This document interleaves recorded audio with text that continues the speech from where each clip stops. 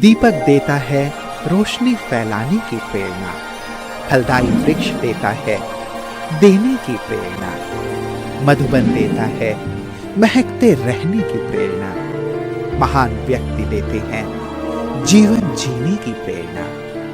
आओ प्रेरणा से दें हम सभी को प्रेरणा।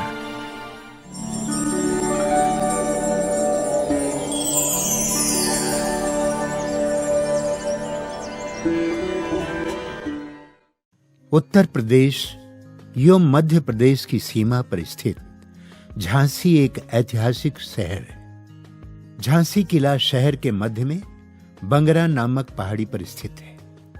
क्रांति की मुख्य नायिका महारानी लक्ष्मीबाई का ये किला है।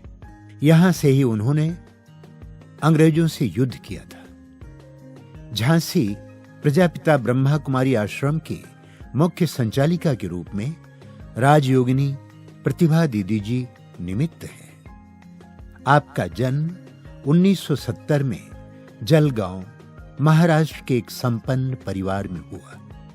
बचपन से ही आप इतिहास की पढ़ाई में एवं खेलकूद में विशेष रुचि रखती थी। आप सरलता, सहनशीलता, मधुरता, धैर्यता आदि गुणों से संपन्न हैं। परमात्म प्राप्ति की इच्छा में 1982 में ईश्वरीय ज्ञान की प्राप्ति हुई। 1984 में संस्था के मुख्यालय माउंट आबू में अव्यक्त बाप दादा से ईश्वरीय मिलन मनाकर विशेष प्रेरणाएं प्राप्त कर 1988 से अपना संपूर्ण जीवन ईश्वरीय सेवा में समर्पित कर दिया।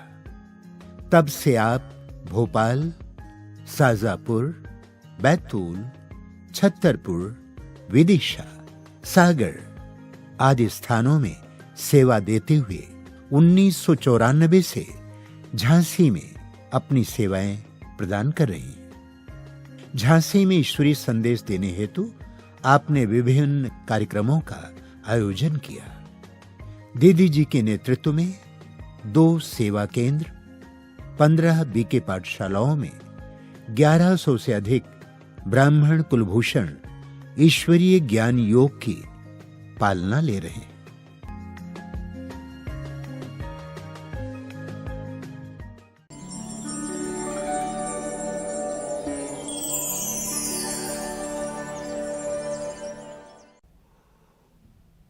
लौकिक परिवार में 2 भाई और मैं अकेली बहन हूँ। माता पिता भक्ति भावपूर्ण परिवार था। लौकिक पिताजी एग्रीकल्चर विभाग में सर्विस करते थे। शुरू में जब हम लौकिक पढ़ाई करने स्कूल जाने लगे तो वहाँ पर एक शिव जी का मंदिर था और वहाँ सावन के महीने में मेला लगा हुआ था। मन के अंदर भक्ति भावपूर्ण संस्कार होने के कारण सहेलियों के साथ ऐसे ही स्कूल से लौटने के बाद मेला देखने गए और जब वहाँ देखा तो वहाँ चरित्र निर्माण आध्यात्मिक प्रदर्शनी लगी हुई थी और जैसे ही वो प्रदर्शनी देखी तो मन के अंदर एक बहुत सुंदर भावनाएं जागृत हुई। सहेलियाँ तो चली गई लेकिन मैं आत्मा, वो जो भिन्न भिन्न प्रकार के चित्र लगे हुए थे वो देखते ही भाव विभोर हो गई और उसके अंतर्गत शिव शंकर में अंतर, 84 जन्मों की कहानी और आत्मा वाला जो चित्र था वो मन को भा गया और एक आभास हुआ कि वास्तव में सत्य क्या चीज़ है। मन के अंदर खुशी हुई और जब पूरा ग्रुप समझने के बाद भी ये लगने लगा कि हम और देखें। तो जब लोगों का झुंड समझने के लिए जाता था उनके पीछे हम खड़े हो जाते थे ताकि समझाने वाले को ये ना लगे कि ये लड़की बार बार क्यों आ रही है। तो इस तरह से जब मैंने 3-4 बार वो प्रदर्शनी समझी और घर पर आकर के फिर लौकिक माता जी को बताया, पिताजी को बताया, तो उन लोगों को भी बहुत अच्छा लगा और अगले ही दिन से फिर हम ब्रह्मा कुमारीज के सेंटर जाने लगे। और वहाँ पर उस समय वहाँ तो सेंटर था नहीं, गीता पाठशाला थी, लेकिन फिर भी वहाँ जाकर कोर्स वगैरह किया और तब से ही एक लगन लग गई, क्योंकि बचपन में मेरा इतिहास फेवरेट विषय था और इतिहास जब हम पढ़ते थे तो उसमें छत्रपति महाराज, शिवाजी और सावरकर, झांसी की रानी, इन लोगों की हिस्ट्री पढ़ते थे तो मन के अंदर ऐसे रोंगटे खड़े हो जाते थे और लगता था कि देश को आज़ाद करने के लिए इन लोगों ने कितनी मेहनत की, अपनी इच्छाओं को त्याग किया और मुझे भी कुछ करना है, ये अंदर से संकल्प था। लेकिन जब मैंने सेंटर पर ये एक नया मार्ग मुझे मिल गया, एक नई दिशा मिल गई, तो इसके अंदर मुझे यही शिक्षाएं मिली कि कौन कहता देश आज़ाद हो गया, लेकिन नहीं, अभी भी देश बुराइयों के बंधन में बंधा हुआ है, विकारों के जाल में फंसा हुआ है, उससे मुझे आज़ाद करना है। तो भगवान शिव की वाणी मैंने सुनी और मुझे यही लगा कि मुझे इस सृष्टि को पुनः स्वतंत्र करने के लिए मुझे भी कुछ योगदान अपना देना है। तो यही सोच करके फिर धीरे धीरे मैंने यह पढ़ाई जारी रखी, स्कूल की भी पढ़ाई जारी रखी और वहाँ की जो दीदियाँ थी, खासकर मीनाक्षी दीदी और तमाम दीदियाँ समय प्रति समय आती थी और जो दीदियाँ थी तो उनसे भी मुझे प्रेरणाएं मिली कि मुझे लगता था कि असली जीवन तो यही जीवन है और हमें समाज के लिए, देश के लिए, विश्व के लिए मुझे कुछ करना है।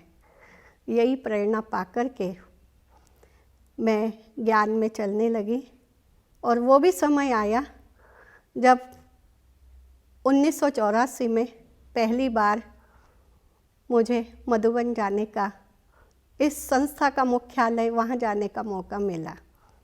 उस ज़माने में तो परमात्मा ओम शांति भवन में उनका पधारमाणी होती थी और बहुत छोटा ग्रुप होते थे और लौकिक माताजी, पिताजी और मैं तीनों ही उस वक्त गए थे। बस से जाना हुआ था। एक अनुभव की बात मैं बताती हूँ। बस में एक गीत बज रहा था उस समय, एक जैसे बसों में बजते हैं वो गीत बज रहा था, सुन साहिबा सुन प्यार की धुन। लेकिन मेरे अंदर इतनी लगन थी तो मुझे वो शब्द ही नहीं सुनाई दे रहे थे और मुझे तो यही सुनाई दे रहा था कि सुन बाबा सुन प्यार की धुन, तूने मुझे चुन लिया और मैं भी तुझे चुन। तो मुझे लग रहा था कि बाबा को तो मैंने चुन लिया और बाबा ने मुझे चुन लिया। तो इस तरह से जो लगन थी, उस लगन के आधार से और मुझे इतना अच्छा अनुभव जाने में ही ऐसा लग रहा था। फिर बसों में उस ज़माने में ऊंचे ऊंचे पहाड़ों पे मधुबन है, क्या आनंद आता था। और जब हमारी बस उन पहाड़ों में से गुज़रती थी तो प्यारे बाप दादा की असीम स्नेह भरी याद हमें बहुत आती थी। ऐसे ही करते हुए वो भी दिन नज़दीक आया जब हम अव्यक्त बाप दादा के सन्मुख मिलन हुआ। उस समय के क्या कहने, एक वो मधुबन की एक अलौकिक छटा, ऐसा महसूस हो रहा था कि मधुबन के हर कण कण से, सब दीवारों से एक अलौकिक रोशनी, एक किरणें निकल रही हैं और चारों तरफ फैल रही है। मधुबन को अपने ही ख्वाबों में मधुबन को देखूं, अपने ही ख्वाबों में मधुबन में प्यारे बाबा को, मधुबन में प्यारे बाबा को देखूं अपने ही ख्वाबों में। मधुबन को देखूं अपने ही ख्वाबों में, मधुबन को देखूं अपने ही ख्वाबों में, मधुबन में प्यारे बाबा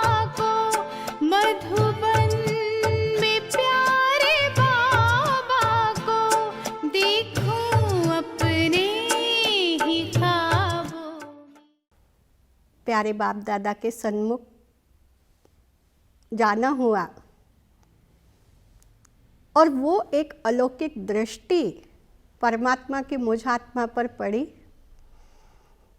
तो उन पलों के लिए संपूर्ण देह भान समाप्त हो गया। वो मंच फरिश्तों की दुनिया महसूस होने लगी और प्यारे बाप दादा ने मुझे वरदान दिया कि बच्ची हिम्मतवान बनो, हिम्मत रखोगी तो भगवान तुम्हारी मदद करेगा। ये बहुत सुंदर वरदान, एक ऐसा वरदान से मुझे वरद हस्त बाबा ने मेरे सिर पे रखा और बस उसी समय लगभग 24 घंटे के लिए तो मैं पूर्ण देह भान से न्यारी उपराम हो गई और उसके बाद एक ऐसे जीवन की शुरुआत हुई जो बाबा का वरदान हमें हर पल मैं अनुभव करती हूँ। कोई भी कार्य होता है, चाहे वो छोटा हो चाहे बड़ा हो, परमात्मा के साथ का अनुभव करती हूँ और उस हिम्मत के आधार से चलती हूँ तो हर कार्य मेरा आसान हो जाता है। तेरी पालना का बाबा, तेरी पालना का बाबा, एहसान चुकाए किस तरह, एहसान चुकाए किस तरह। तूने प्यार से जो पाला, तूने प्यार से जो पाला, शब्दों में गाए किस तरह। तेरी पालना का बाबा, तेरी पालना का बाबा।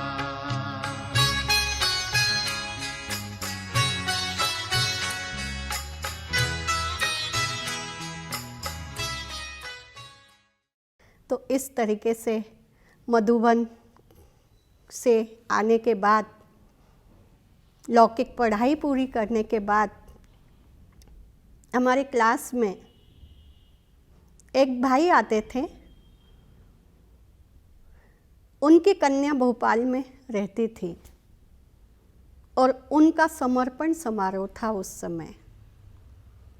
तो ऐसे ही मुझे भी, हम लोगों को भी निमंत्रण मिला वहाँ जाने का और वो समर्पण समारोह देखने के लिए जब मैं भोपाल आई और भोपाल आते ही दिव्य कन्याओं का समर्पण समारोह, सारी सभा रो रही हैं और वो कन्याएं, वो बहनें शिव साजन को अपना सर्वस्व अर्पण कर रही हैं। सच्चे सच्चे शिव विवाह को देख करके मेरा मन गदगद हो गया, क्योंकि मैं भक्ति में भी मैंने सुना था कि अगर कन्याएं सोमवार का व्रत करती हैं और अगर वो उपासना करती हैं तो उनको शिव जैसा साजन मिलता है। तो मेरे अंदर भी यही था कि क्यों नहीं मैं सच्ची पार्वती बनूं और भगवान शिव से ही वर्ण करूं। तो मेरे जीवन में एक वो प्रेरणा मिल गई थी मुझे कि अपना सर्वस्व अर्पण करने की, और उस दिन से ठान लिया था कि मुझे भी इस ईश्वरीय सेवाओं में अपना जीवन अर्पण करना है।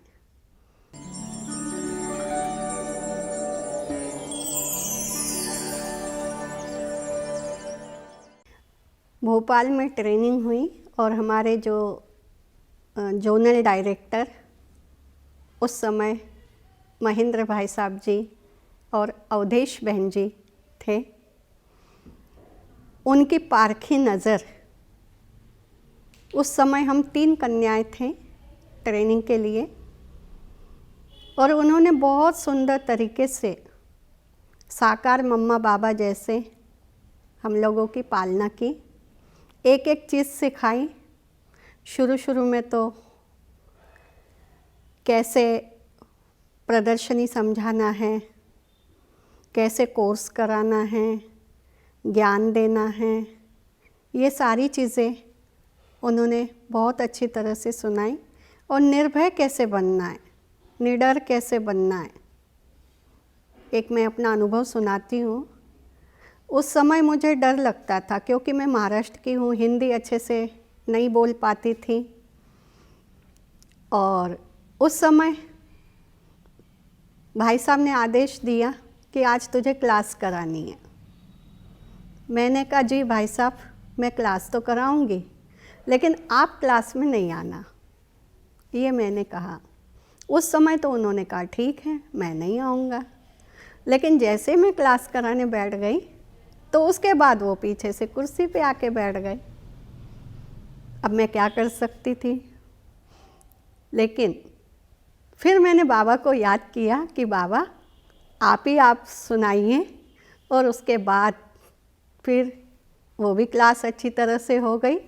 और ऐसे मतलब कहने का कि भाई साहब ने, बहन जी ने हम लोगों को निर्भय कैसे बनना है, निडर कैसे बनना है, हर परिस्थिति का सामना कैसे करना है, कैसे ऑलराउंडर, उनकी इतनी अच्छी पालना रही कि उन्होंने ऑलराउंडर बनाया। और ऑलराउंडर बना करके उन्होंने कैसे सेवाओं में भी हम लोगों को धीरे धीरे सेंटरों पे भेजा, फिर आते गए, फिर भेजते गए। तो बहुत सुंदर तरीके से उन्होंने हमको आज इस काबिल बना दिया। और उनका यही कहना कि बाबा को बहुत सुंदर बच्चे पसंद है, आप लोग रॉयल कुल की आत्माएं हो, आपको रॉयल बनना है, आपकी हर चलन रॉयल होनी चाहिए और आपको ऑलराउंडर होना चाहिए। यही उनकी शिक्षाएं थी भी और अभी भी वो देते रहते हैं। उन्हीं के शुभकामनाओं से, शुभ भावनाओं से आज हम यहाँ तक हैं, पहुँच गए हैं। और उन्होंने कभी ये नहीं देखा कि ये कैसे दूर जाएगी, इनके साथ कोई नहीं है। तो उन्होंने एक बार ऐसे ही आदेश दे दिया मुझे, एक सेंटर पर भेज रहे थे और कहते हैं कि जाओ उस चौराहे पे जाओ और वहाँ से आपको बस मिल जाएगी और आप वहाँ से दूसरे सेंटर चले जाना। अब उस समय नए नए तो थे ही, लगता था कि मैं अकेली कैसे जाऊँगी, लेकिन कहते ना कि अकेले में और ज़्यादा याद आती। तो मैंने बाबा से कहा, बाबा चलो। सिटी बस में कहा कि आप एक सीट पर बैठो और मैं बैठी हूँ। मतलब कहने का मन ही मन में मैंने ऐसा अनुभव किया कि मेरे साथी परमात्मा हैं और उनको साथ लेकर के मुझे हर समय मदद का अनुभव मिलता है, मिल रहा है और मिलता था। और इस तरह से उन्होंने अपनी शुभकामनाओं से कहाँ पहुंचा दिया। तो ये मेरे लिए बहुत सौभाग्य की बात है। सबसे पहले भाई साहब जी ने मुझे शाजापुर सेंटर पर भेजा। ट्रेनिंग के 1 साल बाद ही शाजापुर सेंटर पर भेजा। शाजापुर में पहली बार वहाँ जाना हुआ और वहाँ पर भी वहाँ के भाई बहनों का मुझे बहुत सहयोग मिला, विशेषकर माताओं का। सिंधी परिवार की माताएं थी, उन्होंने मुझे एक अपने बेटी जैसा मान लिया और उनके द्वारा भी पुराने भाई बहन थे, उन्होंने मुझे बहुत अच्छी तरह से सिखाया। गुरुद्वारों में ले जा कर के वहाँ सत्संग कराना, गाँवों में जा कर के भाषण करना, तो बहुत अच्छा सहयोग उन्होंने दिया। और 1 साल के बाद वहाँ से ही सन 1989 वहाँ उस समय वो भी एक दिन आया 18 जनवरी का, और एक वो समर्पण समारोह के लिए घोषित किया और मेरा 8 कन्याओं के साथ भोपाल में दादी जी, बड़ी दादी जी आए थे। उस समय बहुत सुंदर विशाल प्रोग्राम भाई साहब ने आयोजित किया था और उस समय उसी सेंटर से फिर समर्पण समारोह में भी हम लोग शामिल हुए। और उसके बाद और लौट करके 2-3 महीने रहने के बाद फिर मेरा सागर, मध्य प्रदेश में सागर है और विदिशा है, 6-6 महीने बैतूल है, और 2 महीने के जब सब जगह ट्रांसफ़र हुए थे उस समय 2 महीने के लिए मैं छतरपुर सेवा केंद्र पर भाई साहब ने ऊपर से मधुबन से ही मुझे आदेश मिला था। और उसके बाद 1994 से उसके बाद मुझे झांसी में मेरा आना हुआ और तब से लेकर के अभी तक झांसी में भिन्न भिन्न प्रकार की सेवाएं हो रही हैं। जगह जगह झांसी के और क्षेत्रों में सेवा केंद्र, उप सेवा केंद्र, गांव-गांव की सेवाएं, वर्गीकरण की सेवाएं और सेमिनार करते करते ये झांसी में जो वृक्ष है ज्ञान का, इसका विस्तार हुआ। कई बहनें, कई परिवार, मैं समझती हूँ 25-30 भाई बहनें इस आत्मा से ज्ञान लेकर के यज्ञ में समर्पित हुए हैं, जो विश्व की चारों तरफ सेवाएं अभी भी दे रहे हैं और देते रहेंगे। ये सब प्यारे बाबा की आशीर्वाद है, उनकी शुभकामनाएं हैं। मेरे ब्राह्मण जीवन में यही धारणाएं थी कि हमें जो परमात्मा ने शिक्षाएं दी है, खासकर किसी को दुख नहीं देना है। अगर हम किसी को दुख देंगे तो हमें दुख मिलेगा। और साथ ही साथ पवित्र बनो, योगी बनो, ये जो परमात्मा ने मंत्र दिया है, इसके ऊपर भी बहुत अटेंशन रहता है। सच्चाई, सफाई और ईमानदारी, तो ये विशेष मूलभूत धारणाएं हैं। अगर हम इन्हीं चीज़ों को मजबूती से पकड़े रहें तो हम ब्राह्मण जीवन में बहुत आगे जा सकते हैं। वर्तमान समय मैं इस बात का ध्यान देती हूँ कि अंतिम समय चल रहा है, अब घर जाना है, हमें हर तरह से उपराम व्रति अपनानी है।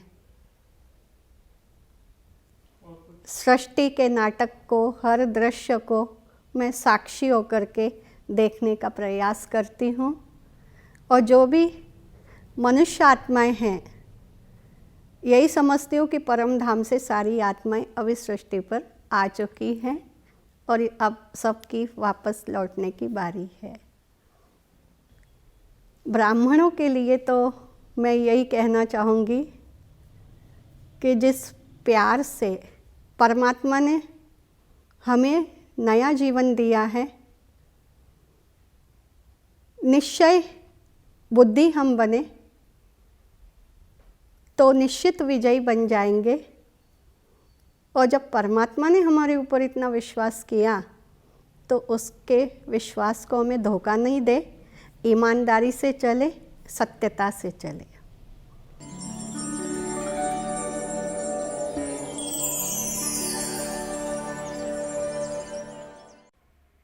प्रतिभा बहन बहुत सीधी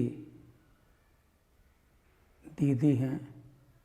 मैं अगर व्यक्तिगत तौर से कहूँ तो मैंने कभी उनमें कभी कोई किसी प्रकार का भी आकर्षण नहीं देखा, किसी से आकर्षित नहीं हुई, किसी पद से आकर्षित नहीं हुई, किसी मंच से आकर्षित नहीं हुई। और दीदी ने मुझे एक नए जन्म की भांति एक नए संसार में लेके गई, और जो एक आध्यात्मिक पूरा आध्यात्मिक ज्ञान देता है और हमें जीवन जीने के लिए, जीवन से लड़ने के लिए और हर तरफ से संघर्ष करने के लिए हमेशा प्रेरणा देता है।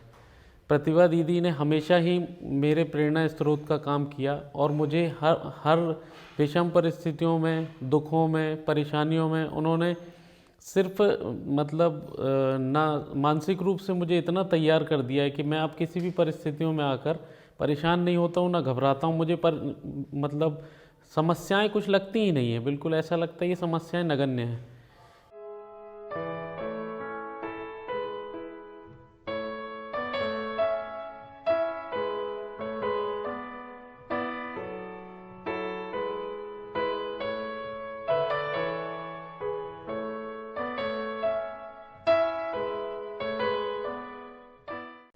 संतुष्टता, संत अर्थात जिसके अंदर साधुता हो, संतता हो, सत्यता हो, मधुरता हो, ऐसी संतुष्टता की देवी दीदी हमारी, जिन्होंने हम सभी के जीवन में कैसे कैसे अपने अनुभवों से, अपने व्यक्तित्व से, अपने चाल चलन चेहरे से हम लोगों को ये शिक्षाएं दी, ये प्रेरणा दी कि हम लोग भी उस पथ पर चल करके अपने जीवन के जितने हो सके उतने को तो सफल बना ही रहे हैं और दूसरों के लिए भी आधार मूर्त बन रहे हैं। ऐसी आधार मूर्त हमारी दीदी हजारों लाखों के लिए प्रेरणा मूर्त बन रही हैं, आधार बन रही हैं, उद्धार मूर्त बन रही हैं। दीदी सबके साथ सहयोगी बहुत बनती है, सबको साथ लेके चलती है, सबको प्यार देती है।